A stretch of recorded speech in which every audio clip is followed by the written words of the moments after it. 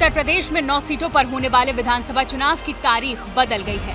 अब 13 की बजाय 20 नवंबर को वोटिंग होगी और नतीजे 23 नवंबर को ही आएंगे।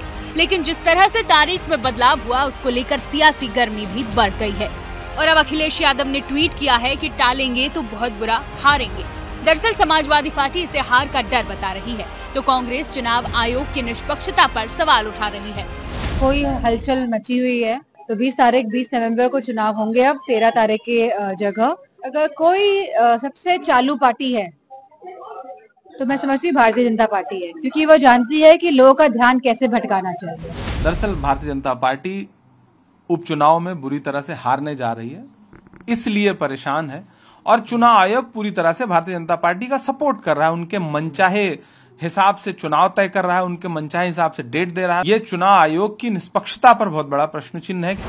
बता दें कि चुनाव की तारीखों में बदलाव कार्तिक पूर्णिमा की वजह से हुआ है, जिसको लेकर बीजेपी ने चुनाव आयोग को चिट्ठी लिखी थी। उत्तर प्रदेश के अंदर जो विधानसभा का उपचुनाव है उसके लिए मैंने निर्वाचन आयोग भारत सरकार से निवेदन किया था। चूंकि वर्तमान में कार्तिक गंगा स्नान है, मैंने माननीय मुख्यमंत्री जी को पत्र लिखा था कि उन्होंने इसकी डेट बढ़ा करके 20 तारीख कर दी है, जिसके कारण से मतदान भी अधिक होगा।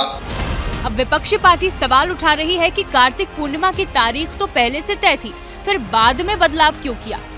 यूपी में फूलपुर, गाजियाबाद, मझबा, खैर, मीरापुर, सीसामऊ, कटेहरी, करहल और कुंदर की विधानसभा सीटों पर उपचुनाव होना है। इसमें कानपुर की सीसामऊ सीट को छोड़कर अन्य सभी सीटें विधायकों के सांसद बन जाने की वजह से खाली हुई हैं।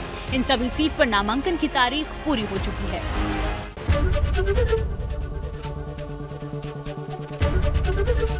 एबीपी गंगा, खबर आपकी, जुबान आपकी।